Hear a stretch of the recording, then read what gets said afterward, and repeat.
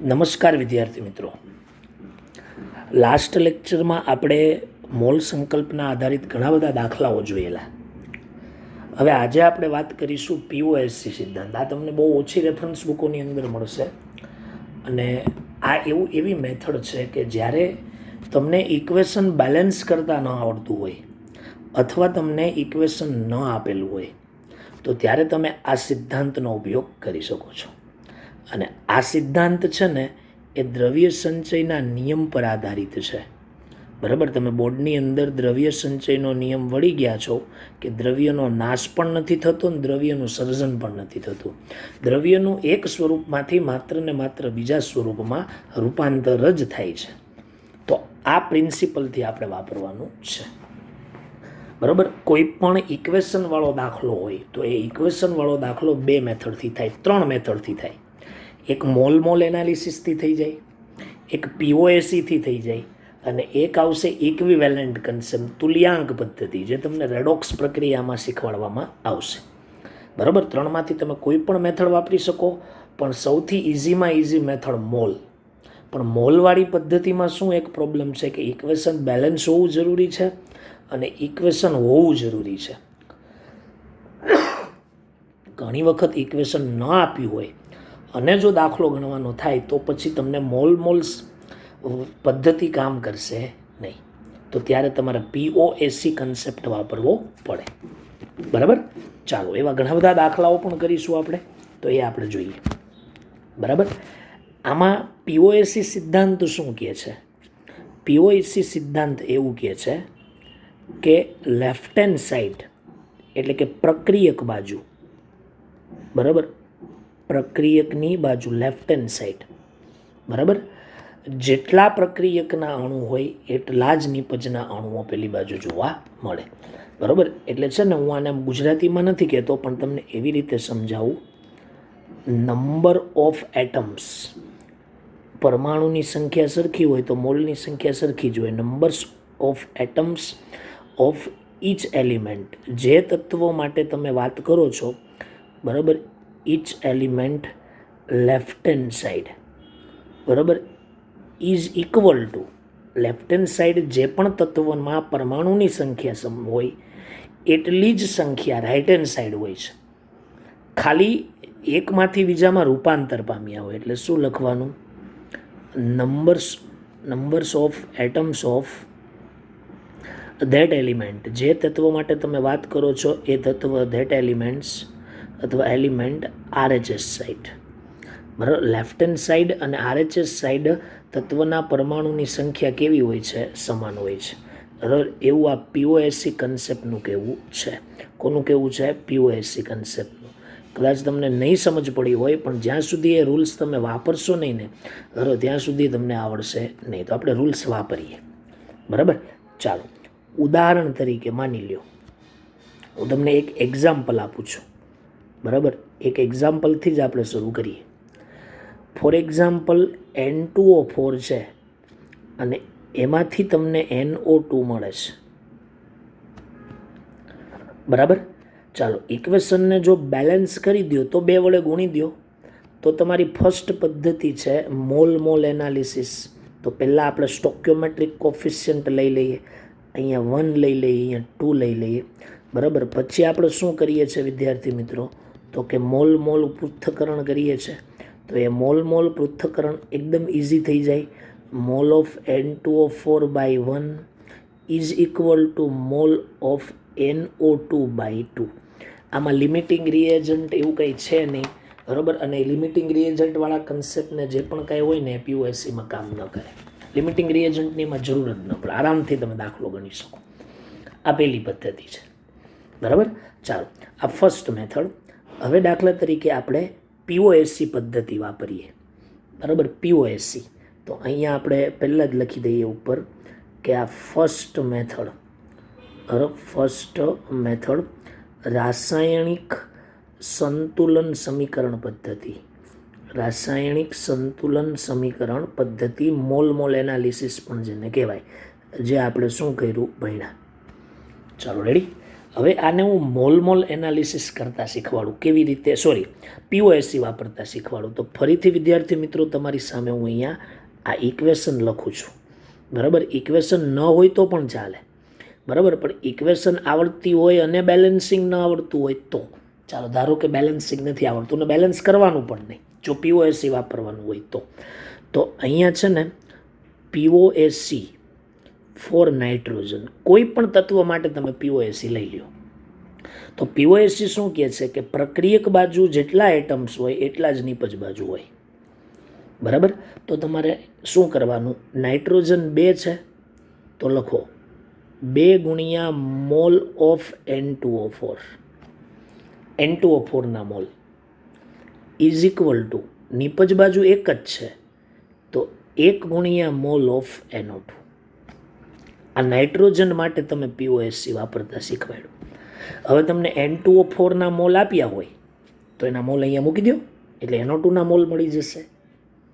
Clear? N2O4 નું દળ આપેલું હોય તો પહેલાં મોલ ફેરવી નાખો, અથવા અહીંયા દળના છેદમાં આણવીય દળ લખી શકાય, કંઈ વાંધો નથી. તમને કદ આપ્યું હોય STPA તો એ પણ વાપરી શકાય, અણુ આપ્યા હોય તો એ પણ વાપરી શકાય. પણ હું મોલ એટલા માટે રાખું છું કે મેં તમને મોલ ઉપર બહુ ભાર આપ્યો છે, મોલથી બધું કરવાનું. બરાબર, ચાલો પછી પીઓએસસી ફોર, ધારો કે કોઈને ઓક્સિજન વાપરવાની ઈચ્છા થઈ છે. સર ક્યારે કયું વાપરવાનું, એ કોઈ પણ વાપરી શકાય, પણ રકમમાં આપણને જેના મોલ આપ્યા હોય ને એના માટે વાપરવા. બરાબર, તો પછી ઓક્સિજન માટે વાપરવું હોય તો ઓક્સિજન 4 છે તો 4 ગુણ્યા mole of N2O4 is equal two 2 ગુણ્યા મોલ ઓફ NO2. બરાબર, આમાં તમને NO2 ના મોલ પૂછી નાખે, N2O4 ના મોલ આપેલા હોય, કોઈ પણ વસ્તુ મોલ મળી જાય પછી બધી જ વસ્તુ આપણને આવડે. તો વિદ્યાર્થી મિત્રો આમાં બેલેન્સિંગ કરવાની જરૂર નથી. સર એકથી વધારે પ્રક્રિયક હોય તો જેટલા પ્રક્રિયકમાં ઓક્સિજન આવતા હોય એ ઓક્સિજનના આવી રીતે વાપરી અને સરવાળો કરવાનો, એવો પણ દાખલો આપણે કરીશું. બરાબર, કોઈ પણ પ્રકારના ડાઉટ્સ રહેશે નહીં, તમને હું કરાવી દઈશ. બરાબર, ચાલો આપણી પાસે એક દાખલો અવેલેબલ છે તો એ દાખલો આપણે ગણીએ. બરાબર, ચાલો 4 મોલ KClO3 ને ગરમ કરતા O2 બનશે. ઇક્વેશન નથી આપ્યું તમને તો શું કરો, તો પીઓએસસી જ વાપરવો પડે. બરાબર, તો હું અહીંયા લખું છું પીઓએસસી પદ્ધતિ. બરાબર, ઇક્વેશન નથી આપેલું તો પીઓએસસી સિવાય તમારી પાસે બીજો કોઈ રસ્તો નથી. ઇક્વિવેલન્ટ કન્સેપ્ટ પણ ન થાય તમારાથી. બરાબર, તો તમારે શું કરવાનું સર, જો KClO3 ને ગરમ કરતા O2 બને છે તો આટલું તો લખતા આવડે જ, બસ આટલું તો લખતા આવડવું જ જોઈએ ને. તો હવે તમે જુઓ, નિપજ બાજુ ઓક્સિજન છે, પ્રક્રિયક બાજુ ઓક્સિજન છે, તો ઓક્સિજન માટે જ પીઓએસસી વાપરવો પડે, કારણ કે કે માટે વાપરો તો આ બાજુ ક્યાં છે કે. બરાબર, એટલે એ મગજ ચાલવું જોઈએ. તો પીઓએસસી ફોર ઓક્સિજન, ચાલો બેલેન્સિંગ પણ કરવાની જરૂર નથી. તો ઓક્સિજન 3 છે તો 3 ગુણ્યા mole of KClO3 is equal two 2 ગુણ્યા મોલ ઓફ O2. ચાલો આ પીઓએસસી વપરાઈ ગયો. હવે તમને KClO3 ના મોલ 4 આપેલા છે, 3 ગુણ્યા 4 ઇઝ ઇક્વલ ટુ 2 ગુણ્યા મોલ ઓફ O2. બરાબર, તો mall of O2 is equal two 4 તાલી 12 ભાગ્યા 2 એટલે જવાબ આવશે 6. તો 6 મોલ ઓક્સિજન મળે. વિદ્યાર્થી મિત્રો આ તમારું વગર ઇક્વેશને દાખલો કેવો થઈ ગયો, કમ્પ્લીટ. બેલેન્સિંગની પણ જરૂર અહીંયા પડવાની નથી. દરેક વિદ્યાર્થીઓ આ રીતને મગજમાં રાખે, જરૂર પડીએ આ રીત આપણે વાપરીએ, જરૂર પડીએ આ રીત શું કરવાની, વાપરવાની. ચાલો આ જ દાખલામાં ધારો કે આપણને ઇક્વેશન આપેલું છે, બરાબર, અથવા તમે ક્યાંય 12 સાયન્સમાં કે 11 સાયન્સમાં કોઈ જગ્યાએ KClO3 ને ગરમ કરવાનું સમીકરણ જાણો છો તો KClO3 gives KCl વત્તા O2, આ તમે જાણો છો. તમને બેલેન્સિંગ પણ આવડે છે, 3 ને 2 વડે ગુણી દઉં, અહીંયા પણ 2 વડે અને અહીંયા પણ 3 વડે. તો મારી તમને એવી સલાહ છે કે તમે પીઓએસસી ન વાપરો. બરાબર, અને શું વાપરો, રાસાયણિક સંતુલન પદ્ધતિ. બરાબર, તો ચાલો સ્ટોક્યોમેટ્રિક કોફિશિયન્ટ 2 છે, 2 છે, 3 છે. લિમિટિંગ રિએજન્ટ એવું તો કાંઈ આવવાનું નથી, એક જ પ્રક્રિયક છે. તો અહીંયા લખીએ મોલ મોલ એનાલિસિસ. તો મોલ KClO3/2 બરાબર ઇઝ ઇક્વલ ટુ O2ના મોલ લઈ લ્યો બરાબર. તો મોલ O2/3.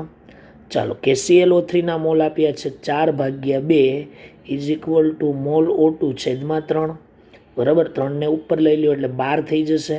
તો mall O2 is equal two 12/2. તો mall O2 is equal two 6. બંને જવાબ કેવા આવ્યા વિદ્યાર્થી મિત્રો? સરખા. બરાબર. આ એની સેકન્ડ મેથડ છે, આ બીજી પદ્ધતિ છે. દાખલો કોઈ પણ રીતે થાય બરાબર, પણ એ દાખલો કમ્પ્લેટલી મગજમાં બેસેલો હોવો જોઈએ, આપણને ખબર હોવી જોઈએ કે આવી રીતે દાખલો ગણાય. તો બે રીત હું તમને બતાવતો જઈશ સાથે સાથે, જેથી તમારે કોઈ જ પ્રોબ્લેમ આવે નહીં. ઘણી બધી વખત અઘરા દાખલા POSથી બહુ થઈ જાય. ક્લિયર? પણ મારી રિક્રુટમેન્ટ તમને એવી છે કે તમે બને ત્યાં સુધી મોલ મોલ એનાલિસિસ વાપરો. બરાબર છે? ઓકે, ચાલો હજી એક દાખલો આપણે ગણીએ છીએ. બરાબર, ચાલો એ દાખલો આવો છે. બરાબર સમજો વ્યવસ્થિત રીતે એટલે ક્લિયર થઈ જશે. 92 ગ્રામ C2H5OHના સંપૂર્ણ દહન માટે જરૂરી ઓક્સિજનના ઓછામાં ઓછા મોલ શોધો, એટલે મોલ શોધવાના છે. તમને જુઓ વિદ્યાર્થી મિત્રો, આ લોકોએ 92 ગ્રામ આપ્યા છે ને, તો પહેલાં એને મોલમાં ફેરવી દેવાના. Mall of C2H5OH is equal two 92 અને C2H5OHનો અણુભાર 46 છે, એટલે ઇથેનોલના મોલ કેટલા આપ્યા છે? રકમમાં 2. બરાબર છે? એટલે તમારો જવાબ આવી જશે. હવે શું કરું?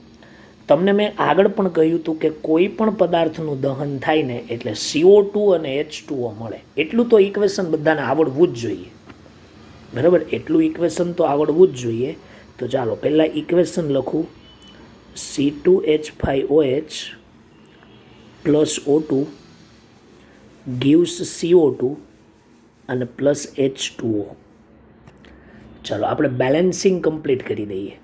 આપણે પેલી પદ્ધતિ વાપરીએ છીએ રાસાયણિક સંતુલન. કાર્બન 2 કાર્બન 2, હાઇડ્રોજન 5 ને 6 એટલે અહીંયા 3 વડે ગુણી દઈએ. બરાબર, ચાલો પછી સ્ટોક્યોમેટ્રિક કોફિશિયન્ટ 1 છે. 2 દુ 4, 5 6 અને 7. બરાબર, અહીંયા 1 છે તો 6 ઘટે છે તો 3 વડે ગુણવા પડશે, એટલે 1 3 2 3 સ્ટોક્યોમેટ્રિક કોફિશિયન્ટ. બરાબર, ચાલો પછી આપણે લખી દેવાનું છે મોલ મોલ એનાલિસિસ. તો આપણે ઇથેનોલના મોલ પરથી ઓક્સિજનના શોધવાના, તો આ બે માટે લખીએ આપણે કે mole of C2H5OH/1 is equal to mole of O2/3. બરાબર, ચાલો C2H5OHના મોલ આપેલા છે કેટલા? 2 1. બરાબર, O2ના મોલ આપણે શોધવાના છે. તો mall of O2 is equal to 3 દુ કેટલા થઈ ગયા? 6. 6 મોલ જવાબ આવી ગયો. આ ફર્સ્ટ મેથડ છે, ફર્સ્ટ મેથડ. બરાબર, અહીંયા હું એવું લખી દઉં છું. બરાબર, ફર્સ્ટ પદ્ધતિ. બરાબર, તમને જે અનુકૂળ આવે એ પદ્ધતિ તમારે કરવાની છે, એઝ યુ વિશ. બરાબર, પણ હું તમને બંને પદ્ધતિ શીખવાડીશ એટલે જેથી પ્રોબ્લેમ ન થઈ જાય. બરાબર, ચાલો હવે લખું છું સેકન્ડ મેથડ એટલે કે POSC પદ્ધતિ. ચાલો જોઈએ POSC કેવી રીતની છે. POSCમાં ઇક્વેશન તો આવડવું જ, આ ઇક્વેશન તો લખી જ દેવાનું આવડતું હોય તો. બરાબર, પણ બેલેન્સિંગ કરવાનું નહીં. તો શું કરું? ચાલો C2H5OH plus O2 gives CO2 plus H2O. ચાલો આ લખ્યું. હવે કોઈ વિદ્યાર્થીઓ એવું વિચારે કે POSC કાર્બન માટે વાપરવો છે, POSC ફોર કાર્બન. બરાબર, તમે બરાબર સમજો. જો ઓક્સિજનના મોલ શોધવાના છે તો સર અહીંયા ઓક્સિજનના મોલ વાપરી દો અને અહીંયા ઓક્સિજનના મોલ લઈ લઉં તો, પણ તમને ખબર નથી કે એ ઓક્સિજન O2માંય CO2માંય છે ને H2Oમાંય છે. બરાબર, એટલે તમારે શું કરવું પડે વિદ્યાર્થી મિત્રો? બધામાં ઓક્સિજનનો કન્સેપ્ટ લેવો પડે. એટલે મેં પહેલાં તમને કાર્બન માટે કહ્યું છે, નકર તમારો જવાબ ખોટો આવે. કારણ કે C2H5OH અને O2 બે પ્રક્રિયક બાજુ છે, એટલે નિપજ બાજુના પણ POSC તમારે શોધવા પડે. તો શું થાય? ચાલો તો અહીંયા લખું છું કાર્બન 2 છે, 2 ગુણ્યા mole of C2H5OH is equal two અહીંયા છે 1 ગુણ્યા મોલ ઓફ CO2. ચાલો થઈ ગયું. ચાલો 2 ગુણ્યા 2 is equal to mole of CO2. તો ભાઈ મોલ ઓફ CO2 બરાબર 4 આવી ગયા. શું આવી ગયા? 4. ચાલો જરૂર પડશે તો એનો ઉપયોગ કરશું. હવે એવી રીતના અહીંયા હાઇડ્રોજન પણ છે, તો હાઇડ્રોજન માટે POSC વાપરો, તો POSC ફોર હાઇડ્રોજન. ચાલો થઈ ગયું બરાબર. તો હાઇડ્રોજનમાં 5 ને 6 છે, તો 6 ગુણ્યા mole of C2H5OH is equal two, અહીંયા 2 હાઇડ્રોજન છે તો 2 ગુણ્યા મોલ ઓફ H2O બરાબર. ચાલો 6 ગુણ્યા 2 ઇઝ ઇક્વલ ટુ 2 ગુણ્યા મોલ ઓફ H2O. તો mall of H2O is equal two 6 આવી ગયા. તો પાણીના મોલ કેટલા મળી ગયા? 6. ચાલો હવે તમે ઓક્સિજન માટે શું કરો છો? ઓક્સિજન માટે શું કરો છો? POSC વાપરો છો બરાબર. તો અહીંયા લખી દઉં છું ભાઈ કે POSC ફોર ઓક્સિજન બરાબર. જો તમે ડાયરેક્ટ ઓક્સિજન માટે વાપરતા હોત તો પ્રોબ્લેમ શું આવે તે હું તમને કહું.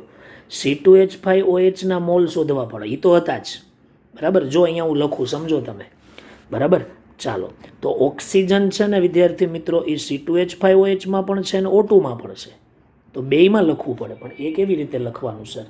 આ રીતે જો, 1 ગુણ્યા મોલ ઓફ C2H5OH પ્લસ કરવાના. O2માં 2 O હતા, તો 2 ગુણ્યા mole of O2 is equal to, CO2માં 2 હતા તો 2 ગુણ્યા મોલ ઓફ CO2 પ્લસ પાણીમાં 1 હતા તો 1 ગુણ્યા મોલ ઓફ H2O. તમે ખાલી આ બંને ન વાપરી શકો, કેમ કે O2 નીપજ બાજુ પણ છે. તમે જુઓ તો નીપજ બાજુ O છે, આ બાજુ O છે, એટલે એના CO2ના મોલ જોઈએ જે રકમમાં નથી આપ્યા. એટલે મારે પહેલાં શું કરવું પડ્યું? CO2ના H2Oના મોલ શોધવા પડ્યા. ચાલો C2H5OHના મોલ છે 2, O2ના મોલ આપણે શોધવાના છે. CO2ના મોલ શોધ્યા આપણે 4 અને H2Oના 6, તો 2 ગુણ્યા 4 વત્તા 1 ગુણ્યા 6 બરાબર.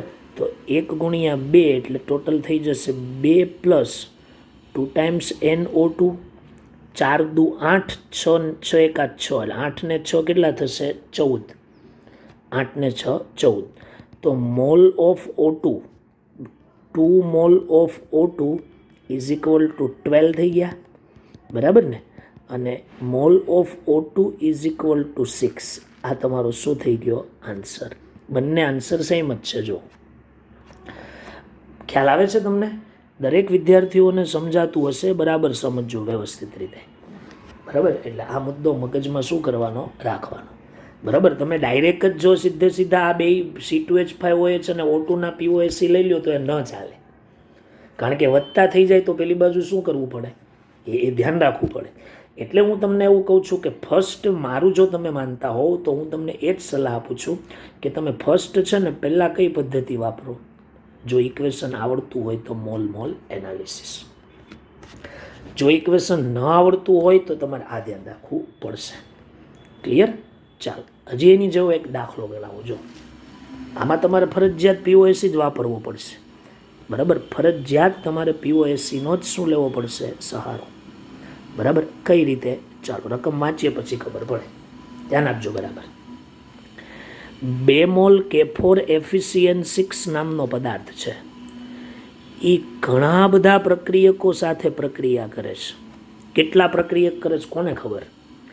અને બધા જ એફીનું, એટલે K4FeCN6માં જેટલા પણ એફી છે એ બધા જ એફીનું Fe2O3માં રૂપાંતર થાય છે. તો Fe2O3ના મોલ કેટલા? આવું ઇક્વેશન નથી 11માં આવતું, નથી 12માં. એટલે ઇક્વેશનવાળી રીત તો ભૂલી ગઈ. તો હવે એક નાનું એવું આપણે આઈડિયા લગાવવાનો. શું લગાવવાનો? POSC પદ્ધતિ મુજબ. ચાલો શું આઈડિયા લગાવશું?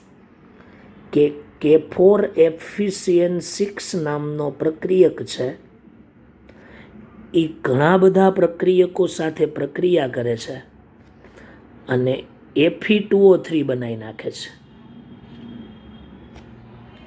તો Fe2O3ના મોલ શું કરવાના? શોધવાના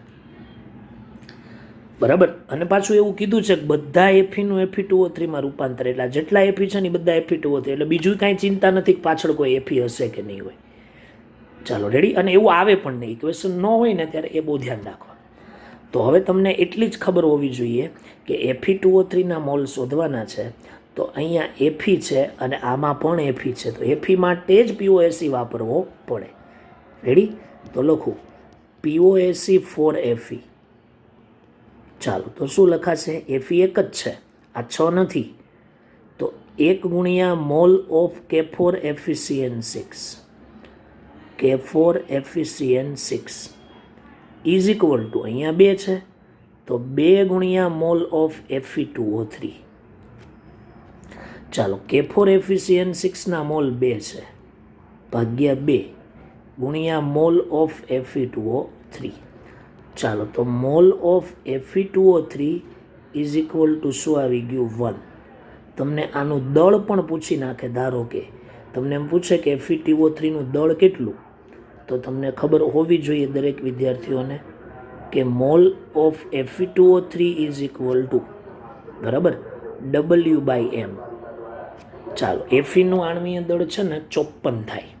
54 લઈ લ્યો. 54 ગુણ્યા 2 ને 16 48, એટલે તમારો શું આવી જશે? જવાબ. તો એકદમ સિમ્પલ મેથડ છે. મને POSE બહુ ગમે, બરાબર. હું POSE થી જ દાખલા મોટે ભાગે કરું, પણ હું શીખવાડું તમને મોલ સંકલ્પનાથી. હો, ક્લિયર થઈ ગયું? એટલે આ થોડું ધ્યાનમાં રાખવાનું. ચાલો, રેડી? એક બહુ મહત્વનો દાખલો, ન્યુમેરિકલ ટાઈપના ક્વેશ્ચનની અંદર આવા દાખલાઓ ખાસ પૂછાતા હોય છે, બરાબર. ન્યુમેરિકલ ટાઈપના ક્વેશ્ચનો જે આવે ને એમાં આ ટાઈપના દાખલાઓ ખાસ એ લોકો તમારી સામે મૂકી આપે. તો તમે આપણે જોઈએ. ચાલો, કેવી રીતનું છે સાંભળજો બરાબર. કે 4 મોલ P4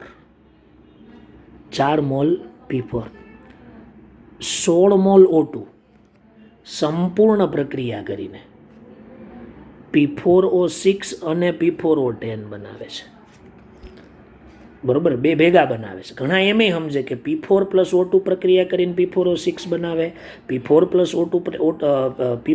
O2 પ્રક્રિયા કરીને P4O10 બનાવે. બે જે સમજે છે બે રીતે થઈ જાય. હું તમને બંને રીત અહીંયા શું કરીશ? બતાવીશ. દરેક વિદ્યાર્થીઓ રીત બરાબર સમજશે. કારણ કે જો રીત તમે નહીં સમજો ને, બરાબર, તો બરાબર અટવાશો. હું તમને ખાસ કહી દઉં છું. એટલે મારી દરેક વિદ્યાર્થીઓને નમ્ર વિનંતી છે કે રીત સમજવાનો પહેલાં પૂરો પ્રયત્ન કરવો. ચાલો, રેડી?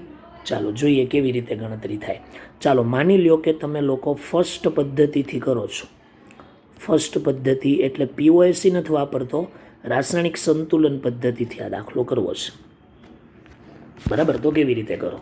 ચાલો, કોઈ વિદ્યાર્થીના મગજમાં એવું આવ્યું કે P4 + O2 પ્રક્રિયા કરીને P4O6 બનાવે છે અને પછી P4O10 બનાવે છે. કાંઈ વાંધો નહીં, બેલેન્સિંગ તો કરો.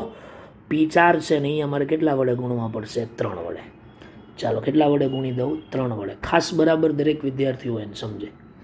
ક્લિયર થઈ ગયું? બરાબર. તો ચાલો, હવે કેવી રીતે કામ કરું? હવે સ્ટોક્યોમેટ્રિક કોફિશિયન્ટ અહીંયા 1 છે, 3 છે અને અહીંયા 1 છે. હવે સમજો બરાબર. 4 મોલ P4 અને 16 મોલ O2 પ્રક્રિયા કરે તો 4 મોલ P4O6 નહીં, 4 મોલ P4O6 પણ બનાવે છે અને P4O10 પણ બનાવે. તો એમાં આ 1 મોલ ભાગ લે છે, 3 મોલ લે છે, 2 મોલ લે છે, પહેલામાં 2 મોલ લે. કેવી રીતે ખબર પડે? તો આપણે એક કામ કરવાનું. શું? અહીંયા 1 છે ને એટલે આના X મોલ લઈ લ્યો. આના 3 છે ને તો આના 3x મોલ થઈ જાય, બરાબર. અને લિમિટિંગ રિએજન્ટ P4 છે, બરાબર. એટલે X મોલ જ અહીંયા શું થશે? મળશે. ચાલો, X મોલ મેં ધારી લીધા. હવે બીજું ઇક્વેશન, P4 + 10 ટાઈમ્સ O2. ના, આપણે પછી બેલેન્સ કરીએ. O2 gives P4O10. ચાલો, 10 છે, 5 વડે ગુણી દો. હાલો, અહીંયા પણ સ્ટોક્યોમેટ્રિક કોફિશિયન્ટ પ્રમાણે Y મોલ લઈ લ્યો. તો અહીંયા 5Y થઈ જાય. લિમિટિંગ રિએજન્ટ Y જ કહેવાય ને, એટલે અહીંયા કેટલા મોલ મળશે? Y મોલ, બરાબર. હવે વિચારો કે ટોટલ P4 રકમમાં કેટલો આપ્યો હતો? 4 મોલ. આપણે લીધો તો X મોલ P4 માટે પહેલી પ્રક્રિયામાં, Y મોલ બીજી પ્રક્રિયામાં. X + Y = 4 mall. X + Y = 4 mall. Equation number 1 આપી દો. ચાલો, ઓક્સિજન જો 16 મોલ લીધેલો બંને પ્રક્રિયાનો થઈને, તો અહીંયા શું લખું? Total O2 is equal to y વત્તા 5y is equal to 16. Equation number 2. બરાબર.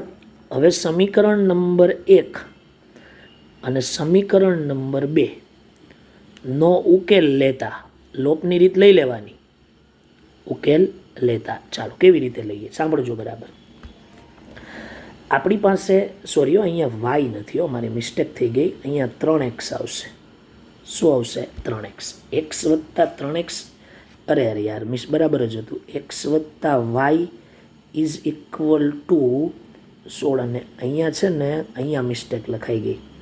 3x વત્તા 5y બરાબર 16. 3x ને 5y.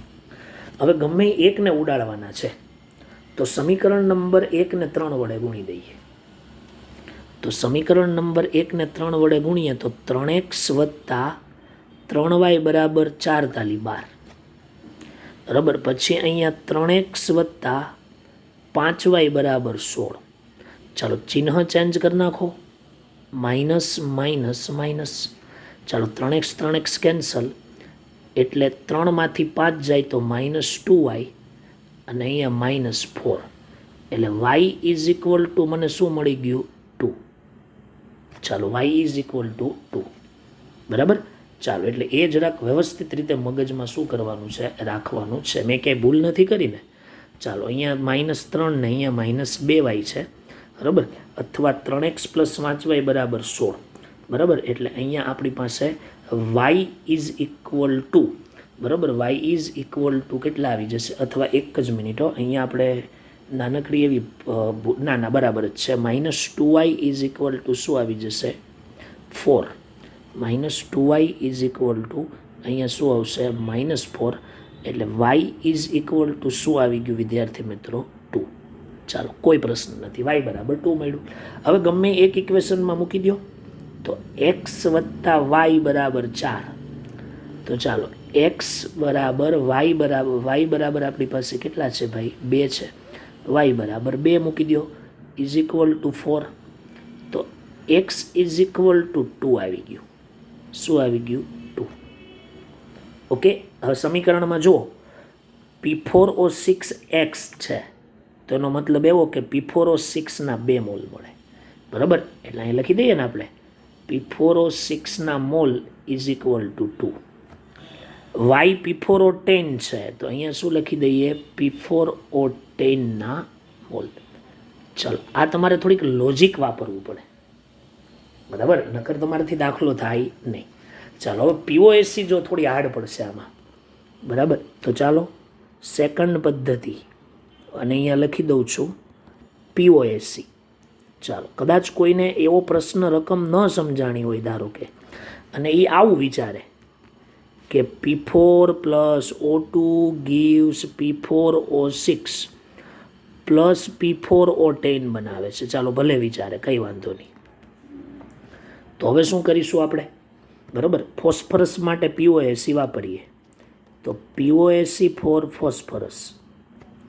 તો ચાલો અહીંયા ફોસ્ફરસ 4 છે, તો 4 ગુણ્યા mole of P4 is equal two 4 ગુણ્યા મોલ ઓફ P4O6 પ્લસ 4 ગુણ્યા મોલ ઓફ P4O10. ચાલો P4ના મોલ રકમમાં 4 છે, એટલે ચોકે 16 થઈ જશે. 16 ઇઝ ઇક્વલ ટુ 4. P4O6 ને હું x કહી દઉં, 4x. આને હું y કહી દઉં તો 4y. બરાબર. અને આને કોમન કાઢી લેવા હોય તો કોમન કાઢો. 4 કોમન કાઢી લ્યો. બરાબર. તો અહીંયા કેટલા આવી જશે? 4 બરાબર 4 કોમન કાઢીને છેદમાં 4 બરાબર x + y. It is equation number 1. ચાલો આટલું થઈ ગયું. હવે O2ના મોલ આપ્યા છે, તો O2 માટે POSC વાપરો. તો લખું POSC ફોર O2. બરાબર છે. ચાલો તો જોઈએ. ઓક્સિજન 2 છે, તો 2 ગુણ્યા mole of O2 is equal two 6 ગુણ્યા મોલ ઓફ P4O6. પ્લસ 10 ગુણ્યા મોલ ઓફ P4O10. આપણે ઓક્સિજન માટે જ વાપરવાના છે. ચાલો, ઓક્સિજનના મોલ આપેલા છે આપણને 16 જ છે ને?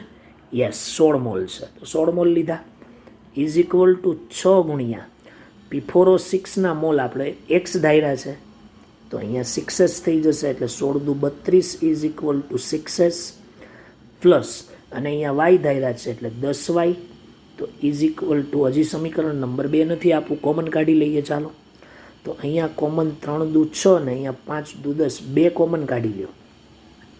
2 કોમન કાઢી લ્યો, નીચે જવા દો એટલે 16 થઈ જશે. બરાબર, તો શું લખાશે? 16 ઇઝ ઇક્વલ ટુ 3x વત્તા 5y, ઇક્વેશન નંબર 2. બરાબર, હવે તમારે બીજું કાંઈ નથી કરવાનું. સમીકરણ નંબર 1 અને સમીકરણ નંબર 2નો લોપ લેતા, બરાબર, અથવા ઉકેલ લેતા, જે લેવું હોય તે ઉકેલ લેતા. હવે જોઈએ, કંઈક ઉડી જતું હોય તો ઉડાડી દેવાનું. બરાબર, અહીંયા x 3 છે ને અહીંયા 3, એટલે 1 ને 3 વડે ગુણી દો, તો 12 ઇઝ ઇક્વલ ટુ 3x વત્તા 3y, અને 16 ઇઝ ઇક્વલ ટુ 3x વત્તા 5y, માઇનસ માઇનસ અને માઇનસ.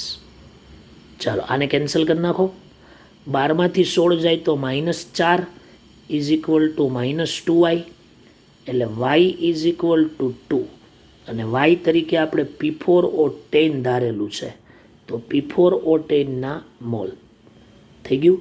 એવી જ રીતના x બરાબર તમે શોધી લેજો, તો x બરાબર આપણો જવાબ 2, અને અહીંયા 2 જ આવશે, તો x બરાબર પણ 2 અને y બરાબર પણ 2. બરાબર, તો x બરાબર 2 અને એ આવશે P4O6ના મોલ. શેના મોલ? P4O6ના મોલ. ક્લિયર થઈ ગયું? તો તમને આ લોકો શું કરે ન્યુમેરિકલમાં, P4O6 અને P4O10 અનુક્રમે x અને y મોલ બનાવે છે, તો x વત્તા y શોધો. ચાલો, આવો દાખલો બનાવી નાખે. બરાબર છે? ખ્યાલ આવી ગયો? આ પણ JEEનો જ દાખલો છે. અહીંયા 16ની જગ્યાએ 14 હતા, પણ મારાથી 16 લેવાઈ ગયા, એટલે મેં 16 પ્રમાણે ગણી નાખ્યો. તમે 14 લઈને ટ્રાય કરી લેજો એક વખત. બરાબર? ચાલો, હજી એવો જ એક દાખલો છે તમારી સામે. જો 3 મોલ I2 અને 8 મોલ Cl2 પ્રક્રિયા કરીને ICl અને ICl3 બનાવે છે, તો ICl અને ICl3ના મોલ શોધો. ધારો કે આને તમે x કહી દો અને આને તમે y કહી દો, અને દાખલો તમે POSC કરી નાખો તો ઇઝીલી થઈ જાય. અને પેલી રીતે કરવો હોય તો પણ કોઈ વાંધો નથી. બરાબર, તો અહીંયા હું લખું છું POSC મુજબ, પણ એટલીસ્ટ ઇક્વેશન તો આવડવું જ જોઈએ થોડુંક. તો I2 વત્તા Cl2 gives, ધારો કે ICl3 બને છે, સોરી ICl3 પછી લખીએ, ICl બને છે અને ICl3 બને છે. તો પહેલાં આયોડિન માટે શું કરો? POSC. તો POSC ફોર આયોડિન. ચાલો, રેડી? તો આયોડિનના મોલ છે 2 ગુણ્યા મોલ ઓફ I2 વત્તા, ના અહીંયા જાય છે ને, ઇઝ ઇક્વલ ટુ 1 ગુણ્યા મોલ ઓફ ICl, 1 ગુણ્યા મોલ ઓફ ICl પ્લસ 1 ગુણ્યા મોલ ઓફ ICl3. ચાલો, I2ના મોલ 3 છે, તો 3 ગુણ્યા 2 એટલે કેટલા થઈ જશે? 6 ઇઝ ઇક્વલ ટુ IClના મોલ આપણે x ધારી લીધા છે, એટલે x વત્તા y. બરાબર, ઇક્વેશન નંબર 1 આપી દો આને. ચાલો, x વત્તા y બરાબર 3, x વત્તા y બરાબર શું આવશે? 3. ચાલો, ક્લિયર થઈ ગયું? બરાબર, એટલે આ ધ્યાનમાં, સોરી 3 ને x વત્તા y બરાબર 3 દુ 6 થઈ જશે. રાઈટ, એટલે 3 દુ કેટલા આવશે? 6. ક્લિયર થઈ ગયું? બરાબર વિદ્યાર્થી મિત્રો, એટલે આ રીતે પણ તમે દાખલો કરી શકો. બરાબર, x વત્તા y બરાબર 6 આવ્યા. ચાલો, હવે શું કરીએ આપણે વિદ્યાર્થી મિત્રો, કે POSC for I2, sorry I, બરાબર, I તો લેવાઈ ગયો ને, ઓકે, Cl લઈ લઈએ, Cl. ચાલો, Cl. તો Cl જો 2 ગુણ્યા mole of Cl2 is equal two 1 ગુણ્યા મોલ ઓફ ICl, 3 ગુણ્યા મોલ ઓફ ICl3. બોલો. ચાલો, Cl2ના મોલ છે 8, એટલે 8 દુ કેટલા થઈ જશે? 16 ઇઝ ઇક્વલ ટુ, ચાલો આઈસીએલને એક્સ ધારેલા છે તો એક્સ વત્તા 3y, એક્સ વત્તા 3y એટલે ઇક્વેશન નંબર કેટલું આવી ગયું? 2. સમીકરણ 1 અને સમીકરણ 2 અહીંયા કેવા થઈ ગયા છે? મળી ગયા છે. ક્લિયર થઈ ગયું? બરાબર. તો આ આયોડિન માટે અને આ ક્લોરિન માટે. હવે ઇક્વેશન નંબર 1 અને 2નો ઉકેલ લઈ લેવાનો. એટલે સમીકરણ નંબર 2 અને 1 અથવા સમીકરણ નંબર 1 અને સમીકરણ નંબર 2નો શું લેતા? ઉકેલ લેતા. ચાલો, તો ઉકેલમાં ધ્યાન રાખવાનું, કોઈ એક ઉડી જવું જોઈએ, અને ઉડી જશે 1 અને 2માં કંઈ મગજમારી નથી. તો 16 બરાબર એક્સ પ્લસ વાય બરાબર, સોરી 6 છે પહેલાં ને, 6 બરાબર એક્સ પ્લસ વાય અને 16 is equal two x plus 3y. ચાલો ચિહ્ન ચેન્જ કરી નાખો, ચિહ્ન ચેન્જ કરી નાખો. તો આ પ્લસ માઇનસ એક્સ કેન્સલ, 16માંથી 6 જાય તો -10 ઇઝ ઇક્વલ ટુ -2y આવશે. માઇનસ કેટલા આવશે? 2y. ક્લિયર? તો પછી જવાબ આવશે y ઇઝ ઇક્વલ ટુ 10/2. તો y ઇઝ ઇક્વલ ટુ આવી ગયા 5. શું આવી ગયા? 5. y ઇઝ ઇક્વલ ટુ કેટલા આવી ગયા છે? 5. ક્લિયર? તો આપણને y બરાબર 5 મળ્યા. કેટલા મળ્યા છે? 5. તો જો y બરાબર 5 આવ્યો છે ને જવાબ, એ જવાબ આપણો એક્ઝેક્ટલી તમે જોવા જાઓ ને તો એ જવાબ સાચો નથી. એક્ઝેક્ટલી તમે જવાબ જોવા જાઓ તો જે રેફરન્સ બુકમાંથી મેં દાખલો ઉચકેલો છે ને, એ રેફરન્સ બુકમાં y ઇઝ ઇક્વલ ટુ 5 આપેલા નથી. બરાબર? એમાં y ઇઝ ઇક્વલ ટુ તમને આપેલા છે ICl3 છે ને એના 2.5 મોલ. કેટલા મોલ છે? 2.5. બરાબર? એટલે છે ને મેં ઘણી બધી પદ્ધતિઓ આમાં POSC વાપરી. બરાબર? પણ જવાબ POSCથી આ પદ્ધતિમાં પોસિબલ નથી. બરાબર? ઓકે, એટલે પછી મેં આને રાસાયણિક સંતુલિત સમીકરણ પદ્ધતિથી દાખલો સોલ્વ કર્યો ને, તો એ દાખલો એમાં જવાબ આવી ગયો.